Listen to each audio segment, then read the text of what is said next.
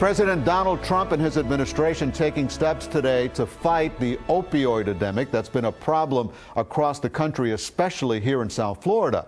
The epidemic, mostly heroin addiction, is being called one of the worst crises in American history. Today, President Trump appointed a task force that includes Florida's Attorney General to create a nationwide assault on opioid abuse. CBS 4's Gary Nelson has more. Dozens of times every day in Miami-Dade County alone, rescuers rush to help people who've overdosed on opioids, mainly heroin. Relax, brother, relax. In South Florida, heroin overdoses are killing people at the rate of about 5,000 a year. Anna Moreno directs just one clinic inundated with those hooked on heroin.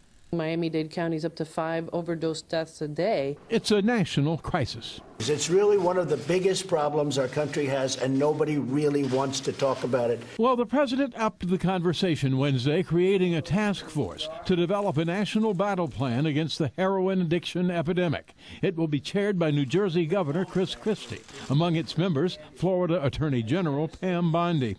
Legitimate painkillers prescribed to patients typically mark the starting line on the road to heroin addiction. They're on them potentially for too long. They stop getting their prescription, and they're turning to heroin because heroin is much less expensive. The president's task force is charged with, among other things, developing funding plans for education, more treatment, and alternatives to jail. A rescue mission to cure a plague of death and dysfunction. This issue causes enormous pain and destruction to everyday families. Heroin provides such a euphoric high, users use more and more frequently with fatal results. Engine 3, what do you got? But all too often, rescue arrives too late.